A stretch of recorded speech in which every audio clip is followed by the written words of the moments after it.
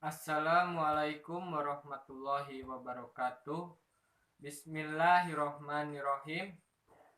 Innal hamdalillah wabihi nasta'inu ala humuri dunya waddin wa ala alihi wassobihi azmain. Pertama-tama kita panjatkan puji serta syukur kehadirat Allah Subhanahu wa Ta'ala. Berkat rahmat dan hidayahnya kita dapat melaksanakan tugas kelompok mata kuliah akuntansi manajemen. Sholawat serta salam semoga terlimpah curah kepada Nabi besar Muhammad Sallallahu Alaihi Wasallam, kepada keluarganya, tabi'it-tabi'itnya, serta kepada kita yang senantiasa mengikuti jejak langkahnya. Dalam kesempatan kali ini, kami akan mempresentasikan tentang pelaporan segmen evaluasi investasi dan transfer pricing. Perkenalkan, nama saya Fitran Rai Pamungkas sebagai moderator dan Rahma Mutia Tambela sebagai pemateri 1 dan Rizky Nurdiana sebagai pemateri 2, kemudian Fitran Rai Pamungkas sebagai pemateri 3. Untuk Rahma Mutia Tambela, saya persilakan. Assalamualaikum warahmatullahi wabarakatuh. Saya Rahma Mutia Tambela sebagai pemateri 1. Di sini saya akan memaparkan mengenai desentralisasi dan pusat pertanggungjawaban. Secara umum, sebuah perusahaan diatur menurut garis-garis pertanggungjawaban. Bagan organisasi tradisional dengan bentuk piramida mengilustrasikan garis pertanggungjawaban yang mengalir dari CEO turun melewati wakil direktur menuju manajer yang lebih rendah. Alasan-alasan untuk melakukan desentralisasi yaitu mengumpulkan dan menggunakan informasi lokal. Yang kedua, memfokuskan manajemen pusat. Yang ketiga, melatih dan memotivasi para manajer. Yang keempat, meningkatkan daya saing. Lalu selanjutnya ada divisi-divisi dalam perusahaan yang terdesentralisasi. Yang pertama ada pusat biaya, yang kedua ada pusat pendapatan, yang ketiga ada pusat laba, dan yang terakhir ada pusat investasi. Lalu selanjutnya nomor 2 yaitu pengukuran kinerja pusat investasi dengan menggunakan laporan laba rugi variabel dan absorpsi. Yang pertama ada penilaian persediaan, yang kedua ada laporan laba rugi dengan menggunakan biaya variabel dan absorpsi. Yang ketiga ada hubungan antara produksi, penjualan, dan laba. Yang keempat ada pengevaluasian manajer pusat laba. Yang kelima ada laporan laba rugi segmen dengan menggunakan perhitungan biaya variabel. Penilaian persediaan. Perhitungan biaya persediaan akhir dapat menggunakan perhitungan biaya absorpsi dan perhitungan biaya variabel. Pada persediaan absorpsi, persediaan akhir mencakup biaya bahan baku langsung, tenaga kerja langsung, overhead variabel, dan overhead tetap per unit. Pada metode perhitungan biaya variabel, persediaan akhir hanya mencakup biaya bahan baku langsung, tenaga kerja langsung, dan overhead variabel. Tidak dimasukkannya overhead tetap dalam hasil biaya persediaan. Perhitungan biaya variabel membuat penilaian persediaan yang lebih rendah daripada model absorpsi. Laporan laba rugi dengan menggunakan perhitungan biaya. Laba menurut perhitungan biaya absorpsi akan lebih tinggi daripada laba menurut perhitungan biaya variabel. Perbedaan ini karena sebagian overhead tetap periode tersebut yang masuk dalam persediaan ketika perhitungan biaya absorpsi digunakan. Hanya sebagian besar dari overhead tetap yang dimasukkan dalam harga pokok penjualan pada perhitungan biaya absorpsi. Sisanya ditambahkan ke persediaan. Akan tetapi, pada perhitungan biaya variabel, semua overhead tetap untuk periode tersebut ditambahkan ke beban pada laporan laba rugi. Hubungan antara produksi, penjualan, dan laba. Jika yang pertama yaitu produksi lebih besar daripada penjualan, maka laba bersih absorpsi lebih besar laba bersih variabel. Lalu yang kedua, produksi lebih kecil dibandingkan penjualan, maka laba bersih absorpsi lebih kecil laba bersih variabel.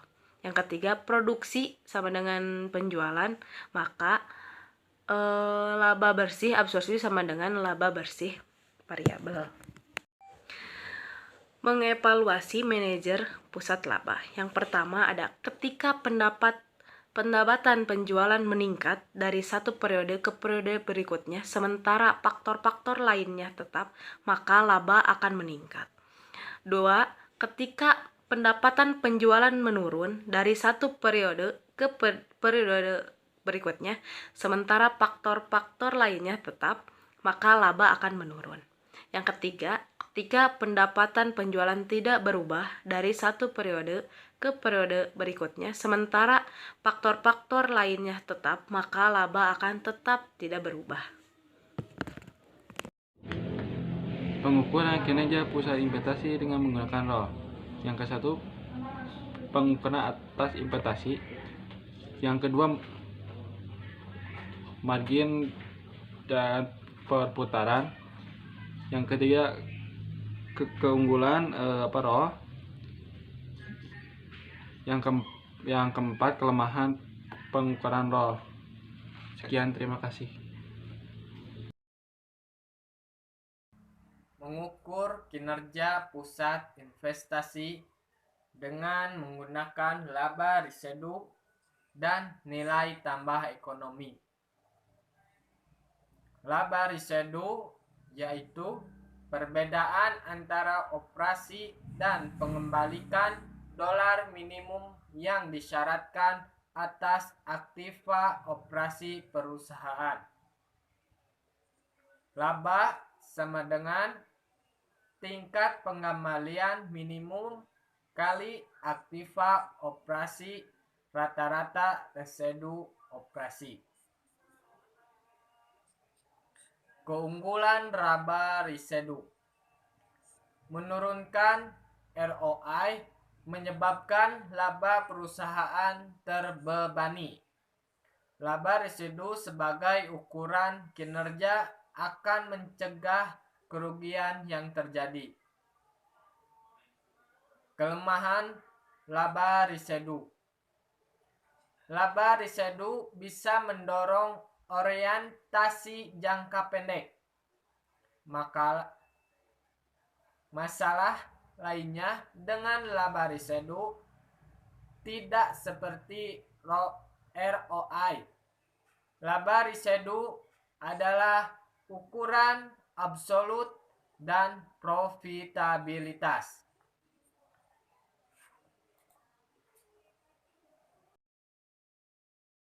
Nilai tambah ekonomi. Nilai tambah ekonomi yaitu laba bersih atau laba operasi dikurangi pajak. Dikurangi total biaya modal tahunan.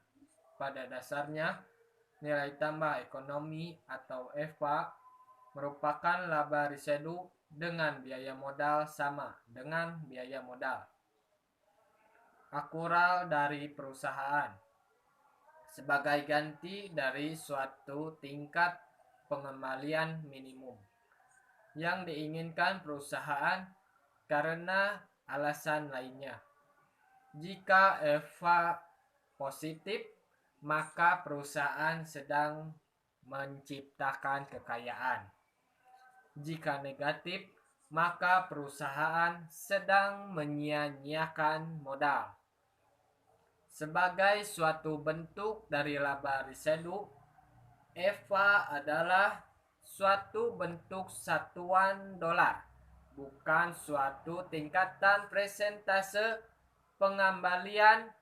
Akan tetapi, EVA juga menghasilkan tingkat pengembalian seperti ROI karena menghubungkan penghasilan bersih. dengan modal yang dipakai, Eva penekanan pada laba bersih operasi dan biaya akurat modal. Menghitung Eva laba bersih atau laba operasi setelah pajak dikurangi biaya modal yang dipakai. Modal yang dipakai adalah persentase dari biaya dikali dengan total modal. Persamaan Eva sama dengan laba operasi setelah pajak dikurangi. Dampak penetapan harga transfer terhadap divisi dan perusahaan secara keseluruhan. Ketika suatu divisi menjual divisi lain, kedua divisi tersebut dan perusahaan secara keseluruhan mendapat pengaruhnya. Harga yang dikenakan untuk barang yang ditransfer memengaruhi biaya divisi pembeli dan pendapatan dari sang penjual. Artinya, jika kedua laba divisi tersebut, sebagaimana juga evaluasi dan kompensasi para manajer mereka dipengaruhi oleh harga transfer. Harga transfer berdasarkan biaya. Harga pasar luar kerap tidak tersedia. Hal tersebut bisa terjadi karena produk yang akan ditransfer menggunakan desain hak paten yang memiliki perusahaan induk. Dalam hal ini, perusahaan bisa menggunakan penetapan harga transfer berdasarkan biaya. Sebagai contoh, perusahaan matras menggunakan busa dengan kepadatan tinggi untuk matras dari tempat tidur lipat. Dan perusahaan luar tidak memproduksi matras semacam itu dengan kekurangan yang sesuai. Kebijakan penetapan harga transfer. Perusahaan yang terdesentralisasi memungkinkan lebih banyak wewenang pengambilan keputusan di tingkat manajemen yang lebih rendah. Dalam penyusutan tersebut, kebijakan penetapan harga transfer, pandangan dan divisi penjualan, divisi pembelian harus dipertimbangkan. Pendekatan biaya peluang mencapai tujuan tersebut dengan mengidentifikasi harga minimum yang ingin diterima divisi penjualan dan harga maksimum yang ingin dibayar oleh divisi pembeli. Harga maksimum dan minimum tersebut sesuai dengan harga transfer internal.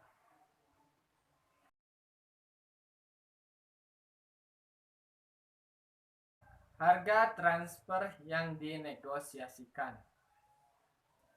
Manajemen tingkat atas mengizinkan manajer divisi, pembeli, dan penjual untuk menegosiasikan harga transfer biaya khusus berdasarkan pendekatan berguna saat kondisi pasar tidak sempurna.